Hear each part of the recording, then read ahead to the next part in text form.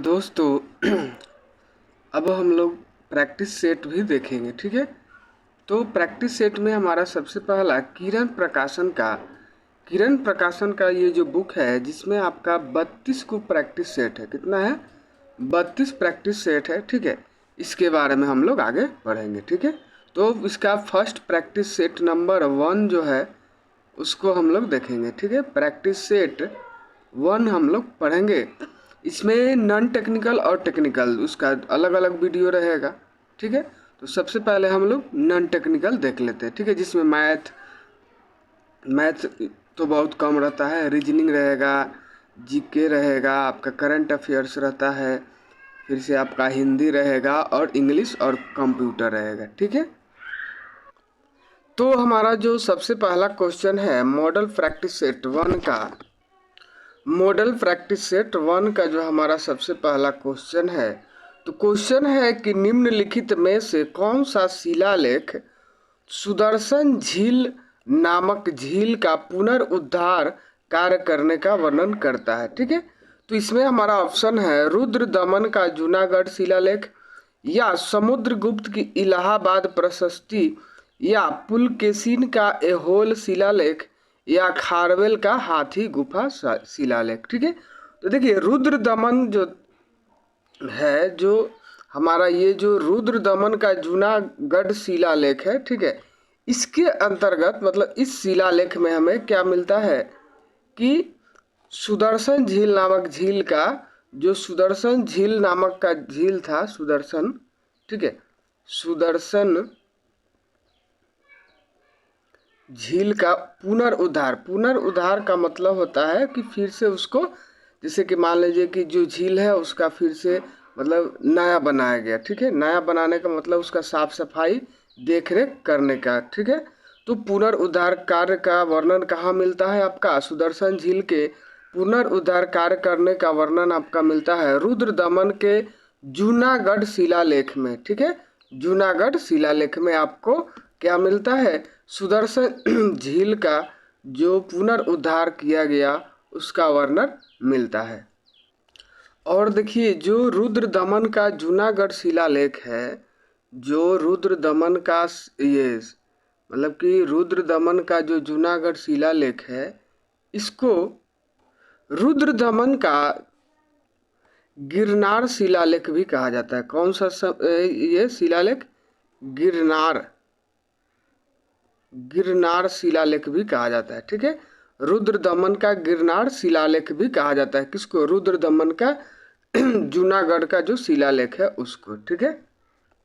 अगला जो हमारा क्वेश्चन है, क्वेश्चन कह रहा है कि निम्नलिखित में से कौन सा जीव अपने शरीर के बाहर भोजन विखंडित करने के पश्चात उसे अवशोषित करता है, ठीक है। तो है मनुष्य, ह्यूमन, उसके बाद है अजाडिरस्टा, उसके बाद है राइजोपस और मैग्नीफेरा, ठीक है। तो देखिए जो राइजोपस ग्रुप का जो मतलब जानवर कह रहे हैं, मतलब कि पेड़ पौधा होता है या जीव होता है, ठीक है। राइजोपस ग्रुप का जो आपका जीव होता है, जीव पेड़ पौधा, तो राइजोपस जो होता है ना, वो आपका जो परजीवी होता है, जैसे कि आपका ये मशरूम हो जाता है, या आपका ईस्ट हो गया,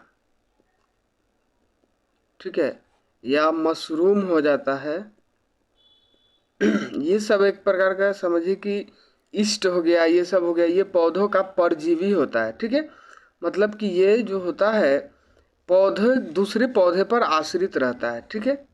तो ये सब जो होता है आपका राइजोपस ग्रुप का जीव होता है या परजीवी होता है, ठीक है, जो अपने शरीर के बाहर ही भोजन का विखंडन करता है, यानी कि तोड़ लेता है, उसके बाद उसको अवशोषित करता है, यानी कि ग्रहण करता है, अवशोषित करता है, ठीक है।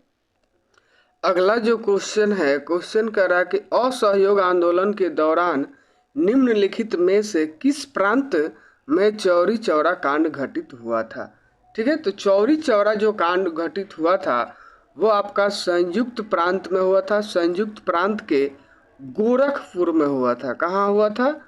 गोरखपुर में आपका हुआ था। ठीक है, संयुक्त प्रांत के गोरखपुर जिले में आपका चौरी चौरा कांड हुआ था। कब हुआ था? तो 5 फरवरी 1922 को आपका चौरी चौरा कांड हुआ था, जिसमें क्या किया गया था कि भीड़ द्वारा थाने में आग लगा दी गई थी। ठीक है, तो वो 5 फरवरी 1922 को हुआ था, जिसे चौरी चौरा कांड कहा जाता है। क्या कहा जाता है? चौरी चौरा जगह पर हुआ था, इसलिए चौरी चौरा कांड उसको कहा जाता है। ये संयुक्त प्रांत में पड़ता है और गोरखपुर डिस्ट्रिक्ट, आज के गोरखपुर डिस्ट्रिक्ट में है, और 5 फरवरी 1922 को ये चौरी चौरा कांड हुआ था। ठीक है, इसके कारण जो असहयोग आंदोलन था, इसके कारण चौरी चौरा कांड के कारण क्या हुआ? असहयोग आंदोलन को वापस ले लिया गया, यानी कि बंद कर दिया गया। ठीक है, असहयोग आंदोलन को। अगला क्वेश्चन है कि भारत के संविधान का निम्नलिखित में से कौन सा अनुच्छेद यह घोषणा करता है कि सर्वोच्च न्यायालय एक अभिलेख न्यायालय होगा? सर्वोच्च न्यायालय जो है एक अभिलेख न्यायालय होगा। तो देखिए, ऑप्शन इसमें है आपका अनुच्छेद 129, अनुच्छेद 111, अनुच्छेद 119 और अनुच्छेद 135। तो देखिए, जो भारत के संविधान का अनुच्छेद है 129 अनुच्छेद के अनुसार यह घोषणा किया गया है कि भारत का जो सर्वोच्च न्यायालय, सर्वोच्च न्यायालय का मतलब होता है सुप्रीम कोर्ट। ठीक है, सुप्रीम कोर्ट, ये सुप्रीम कोर्ट। ठीक है, तो सुप्रीम कोर्ट क्या है? अभिलेख न्यायालय है। अभिलेख न्यायालय का मतलब होता है वहाँ पर जो भी वहाँ पर कार्यवाही होता है उसका डाटा सुरक्षित रखा जाता है। ठीक है, उसका डाटा क्या होता है? सुरक्षित रखा जाता है। ठीक है, तो वो अभिलेख न्यायालय कहा जाता है। किसको? सुप्रीम कोर्ट का। किसके तहत? अनुच्छेद 129 के तहत सर्वोच्च न्यायालय यानी कि सुप्रीम कोर्ट को क्या कहा गया है? एक अभिलेख न्यायालय कहा गया है। अगला क्वेश्चन है हमारा कि निम्नलिखित में से किस राज्य में इंद्रावती नदी पर चित्रकूट जलप्रपात स्थित है? कौन सा? चित्रकूट जलप्रपात स्थित है। छत्तीसगढ़ में, महाराष्ट्र में, उत्तर प्रदेश में या झारखंड में? ठीक है, तो देखिए, ये आपका जो चित्रकूट जलप्रपात है ये किस नदी पर? इंद्रावती नदी पर। जो इंद्रावती नदी है, इंद्रावती नदी पर आपका क्या है? चित्रकूट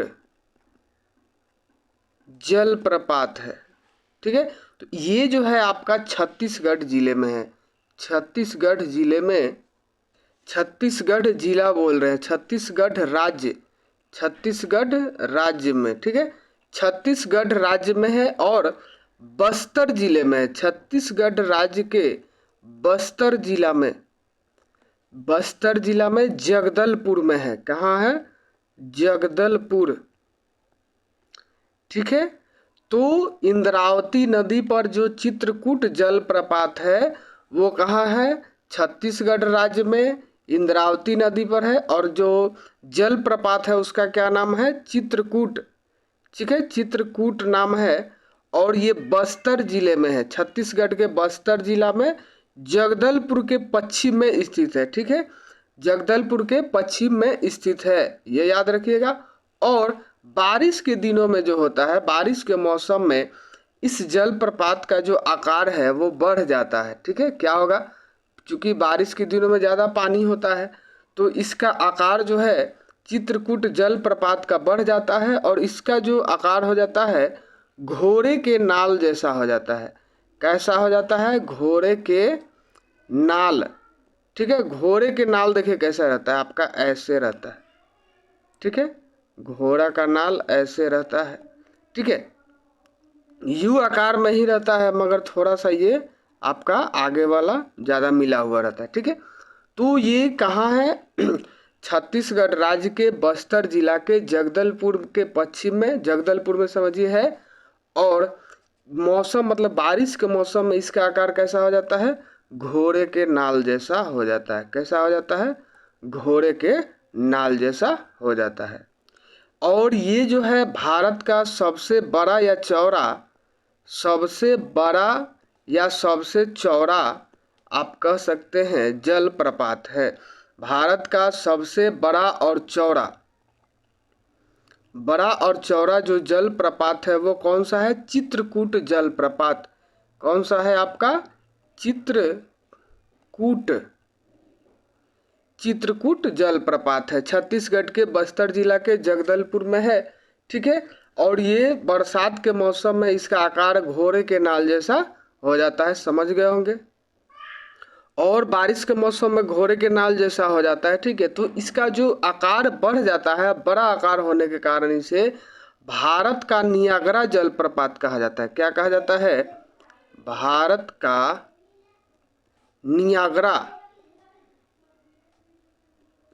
क्या नियाग्रा जलप्रपात भी कहा जाता है। चित्रकूट जो जलप्रपात है वो सबसे बड़ा या चौड़ा जलप्रपात है। ज़्यादा बड़ा आकार के कारण जैसे बारिश के मौसम में घोड़े के नाल जैसा हो जाता है और बहुत बड़ा आकार हो जाता है, इसलिए इसे भारत का नियाग्रा जलप्रपात भी कहा जाता है। ठीक है।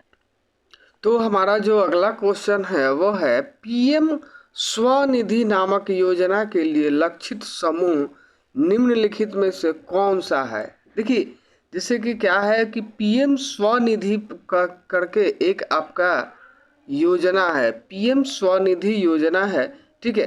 तो इस योजना का जो लक्षित समूह है, मतलब किसको लाभ मिलेगा? ठीक है।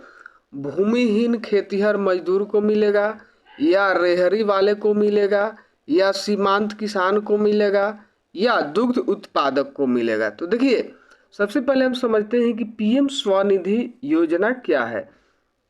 तो देखिए, पीएम स्वनिधि योजना आपका 1 जून 2020 को शुरू किया गया था।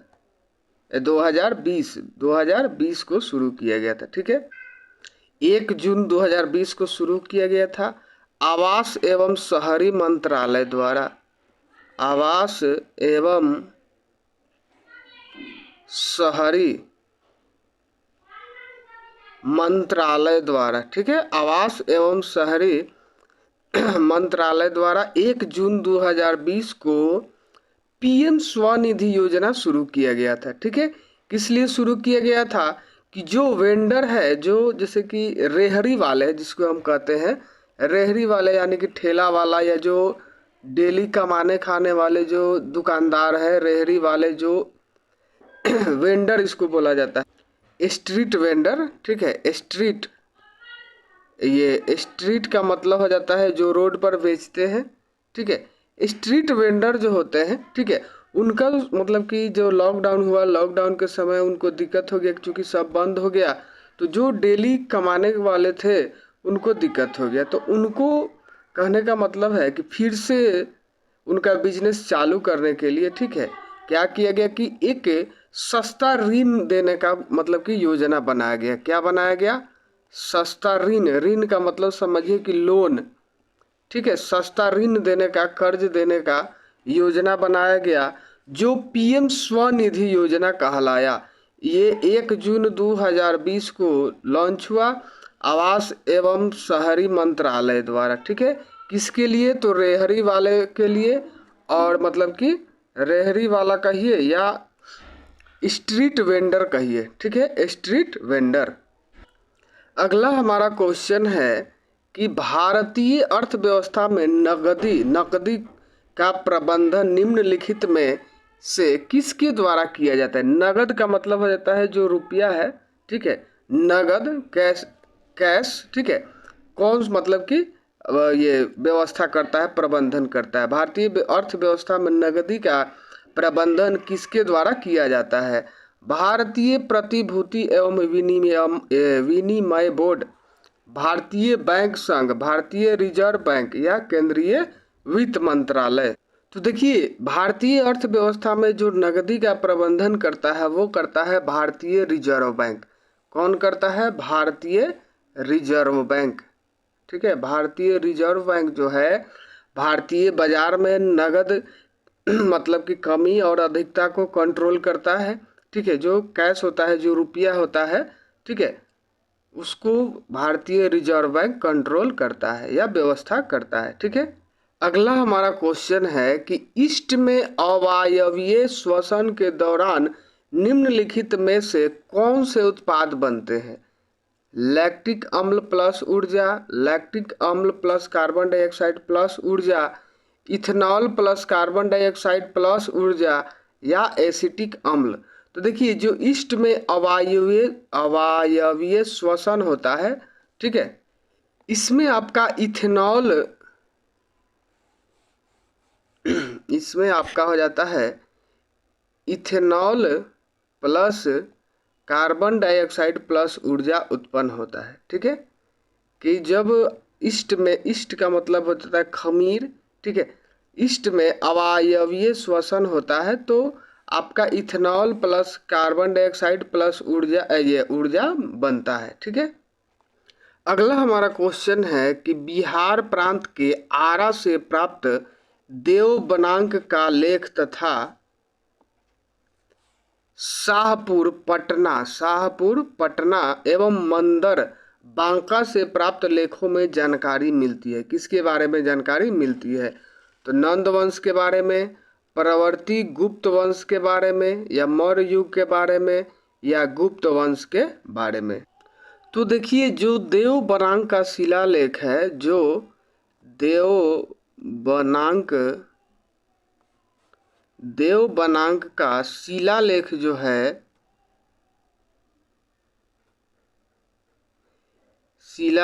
है, इसमें आपको परवर्ती गुप्त वंश के बारे में मतलब कि सूचना मिलता है, या उसके बारे में आपको ज्ञान, उसके बारे में आपको मतलब कि जानकारी मिलती है। किसके बारे में? तो परवर्ती गुप्त वंश के बारे में। ठीक है, और इसमें देवगुप्त, विष्णुगुप्त,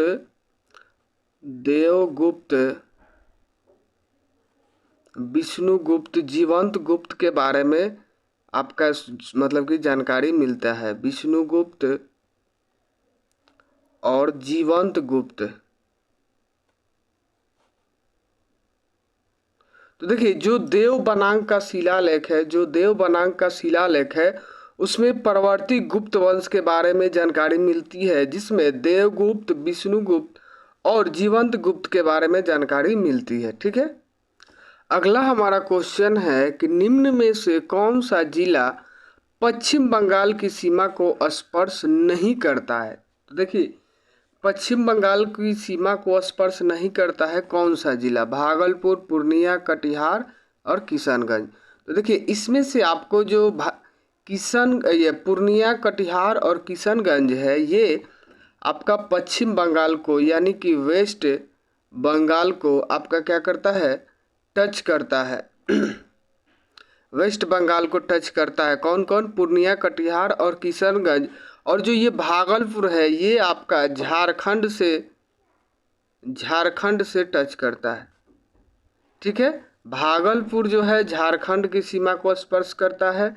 पश्चिम बंगाल जो है बिहार के पूर्व में है। ठीक है, बिहार के पूर्व में कौन है? पश्चिम बंगाल है।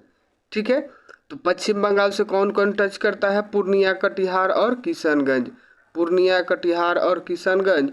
और जो भागलपुर है वो किसको टच करता है? झारखंड को। तो हमारा यहाँ पर आंसर हो जाएगा भागलपुर। यहाँ पूछा जा रहा है कि कौन सा जिला पश्चिम बंगाल की सीमा को स्पर्श नहीं करता है, तो भागलपुर नहीं करता है। चलिए, जीके वाला सेशन खत्म हो गया, अब आपका रीजनिंग वाला शुरू हो रहा है। ठीक है, तो हमारा पहला क्वेश्चन है, कह रहा है कि गणितीय चिन्हों के उस संयोजन का चयन कीजिए जिसे निम्नलिखित समीकरण में स्टार के स्थान पर बाएं से दाएं क्रमिक रूप से रखने पर यह संतुलित हो जाएगा, यानी कि आपका बराबर हो जाएगा। ठीक है, तो यहाँ पर हमारा दिया जा रहा है 24 star 6 star 32 star 4 star 2 star 28 यानी कि 28। ठीक है, तो इसमें देखिए, इसमें आपको मेन होता है कि सबको बारी बारी से रख के जल्दी देखना पड़ता है। ठीक है, जैसे सबके लास्ट में देखिए ये बराबर बराबर बराबर बराबर चिन्ह है। ठीक है, तो यहाँ जो लास्ट वाला है यहाँ पर बराबर के बाद 28, यानी कि ये जो 5 अंक है, 2 4 5 अंक है, इसको जोड़ घटाव करके हमको 28 आना चाहिए। ठीक है, सबसे पहले ये ध्यान देने वाली बात है कि लास्ट में क्या है, सब में आपका कितना आ रहा है 28। ठीक है, तो 28 के बराबर में सब में आपको कितना आना चाहिए, ये बराबर के बाद 28 है, यानी कि 24 6 32 4 और 2 जोड़ घटाव करके आपको कितना आ जाना चाहिए 28 28 आना चाहिए। ठीक है, तो सबको आप बारी बारी से देखिएगा तो आपका आंसर सी होगा। ठीक है, सी को हम रख के देखते हैं तो 24 और भागे कितना हो गया 6, उसके बाद हो गया प्लस 32 और फिर है -4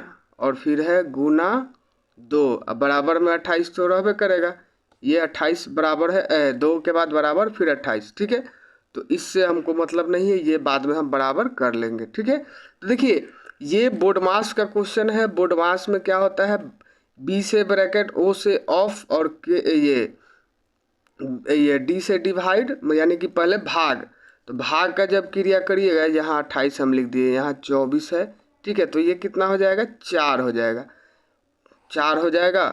उसके बाद एम से क्या होता है मल्टीपल, मल्टीप्लाई का मतलब हो जाता है गुना, तो 4 हो गया और प्लस 32 और माइनस 4 दूना क्या हो जाएगा 8 हो जाएगा। ठीक है, बोर्ड मास में मल्टीप्लाई यानी कि ये गुना के बाद क्या हो जाता है, देखिए बोर्ड मास, बी से ब्रैकेट, ओ से ऑफ, डी से डिवाइड, एम से मल्टीप्लाई, ए से एडिंग और एस से सब्सटेंस मतलब घटाव होता है, और ऐड मतलब होता है जोड़। ठीक है, सभी कोई पढ़े होंगे, तो जोड़ की क्रिया किया जाए, तो जोड़ की क्रिया यानी कि 32 और 4 कितना हो गया 36 माइनस 8, तो 36 में से 8 घटाइएगा कितना आ जाएगा 28 आपका आ जाएगा। ठीक है, तो हमारा आंसर कौन सा हो गया सी, आंसर हो गया सी। तो इस प्रकार के क्वेश्चन में क्या करना होता है, बारी बारी से सबको करना होता है। ठीक है, तो हमारा यहाँ पर आंसर कौन सा है सी है।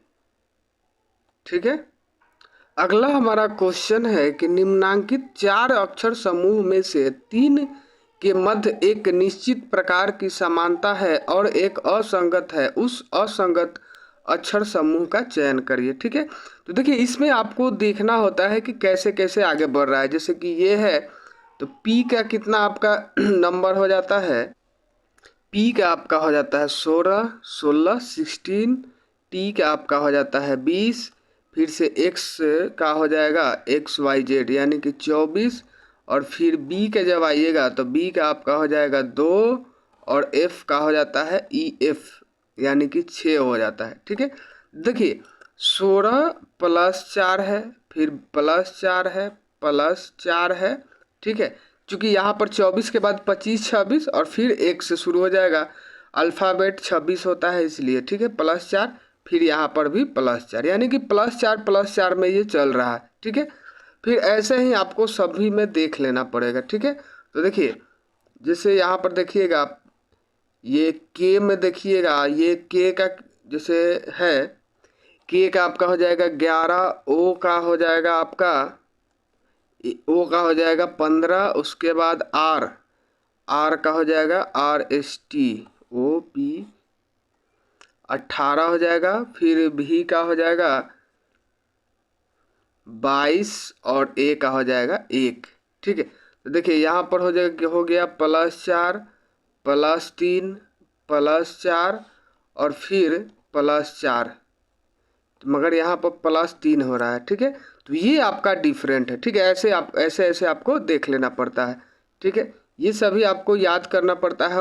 ABCD का जो होता है अल्फ़ाबेट, उसका नंबर और उसका उल्टा सीधा, और ये सब याद कर लीजिए, तब आसानी से ये सब क्वेश्चन बन जाएगा। ठीक है, हमारा आंसर बी होगा। ठीक है, बाकी सभी में प्लस 4 चल रहा है, इसमें प्लस 4 के बाद प्लस 3 आ रहा है। ठीक है, तो हमारा आंसर बी है। चलिए अगला क्वेश्चन है कि दिए गए पैटर्न का ध्यानपूर्वक अध्ययन करें और उस संख्या का चयन करें जो इसमें प्रश्नवाचक चिन्ह के स्थान पर आएगी। ठीक है, तो ये आपका फिगर है, इसमें आपका 5, 7, 9, 12, 14, 13 और 65, 105 है। और यहाँ पर वाट, यहाँ पर क्या आएगा वो आपको बताना है, ठीक है। तो इसमें आपको देखना पड़ेगा कि कैसे ये तीनों, ये जैसे कि या तो ये लाइन या फिर ये लाइन, ठीक है, कैसे आपका मतलब कि आगे बढ़ रहा है, ठीक है। तब यहाँ पर देख सकते हैं 5, 12 और 65 है, तो 12, 25, 60 और ये 5 जोड़ेंगे तो 65 आ सकता है, ठीक है। यहाँ अगर इस दिशा में लेते हैं, मान लीजिए इस दिशा में सही से नहीं बैठ रहा है, इस दिशा में लेंगे, 5 7 35 और 9 कितना हो जाएगा, या 5 7 35 और ये 5 घटाएंगे तो 30 आ जाएगा, तो नहीं बैठ रहा है ऐसे। ऐसे जब करिएगा इस दिशा में तो 12, 25, 60 और 5 65, फिर 14 7 98 और 7 कितना हो गया 105, फिर 13 9 26 से 126 और प्लस 9 करेंगे तो कितना हो जाएगा 135 हो जाएगा, ठीक है। तो हमारा आंसर कितना आ जाएगा 135 आ गया आंसर, ठीक है, 135 आ गया। ऑप्शन को बैठा बैठा के भी यहाँ देख सकते हैं, ठीक है। मतलब कि जहाँ पर आंसर है वहाँ पर चारों ऑप्शन को रख के हम भी, मतलब कि ऑप्शन को भी रख के हम देख सकते हैं कि क्या आ सकता है। जैसे यहाँ पर 102 रखते हैं मान लीजिए, तो ये 13 9 से कैसे भी करके हमको 102 आना चाहिए, या 65 और 105 से कैसे भी करके हमको 102 आना चाहिए, ठीक है। तो यहाँ हमारा आंसर हो रहा है 135। चलिए अगला क्वेश्चन है, ये एक सीरीज दिया हुआ है, ठीक है, कि निम्नांकित श्रेणी में प्रश्नवाचक चिन्ह के स्थान पर दिए गए विकल्पों में से कौन सी संख्या आएगी, ठीक है। तो 45 है, 72 है, 101 है, 133 है और 169 है, ठीक है। तो हमको ये घटा कर देख लेते हैं कि 72 में से 45 जाएगा तो कितना आएगा, ठीक है। तो 72 में से जब 45 घटाइएगा, 10 2 12 में से 5 गया 7 और 6 में से 4 गया, यानी कि 6 में से 4 गया 2, 27 हो गया। फिर हम क्या करेंगे 101 में से 72 घटा लेंगे, ठीक है। तो 101 में से 72 तो 10 और 1 11 में से 2 गया 9 और 9 में से 7 गया 2, 27 29। फिर क्या करेंगे 133 में से 101 घटाएंगे तो कितना आएगा 31 आएगा। फिर ये 169 में से 133 घटाएंगे तो 9 में से 3 गया, 9 में से 3 गया 6, ये 32 होगा, ठीक है। 133 में से 1 जाएगा तो 32 होगा, ठीक है।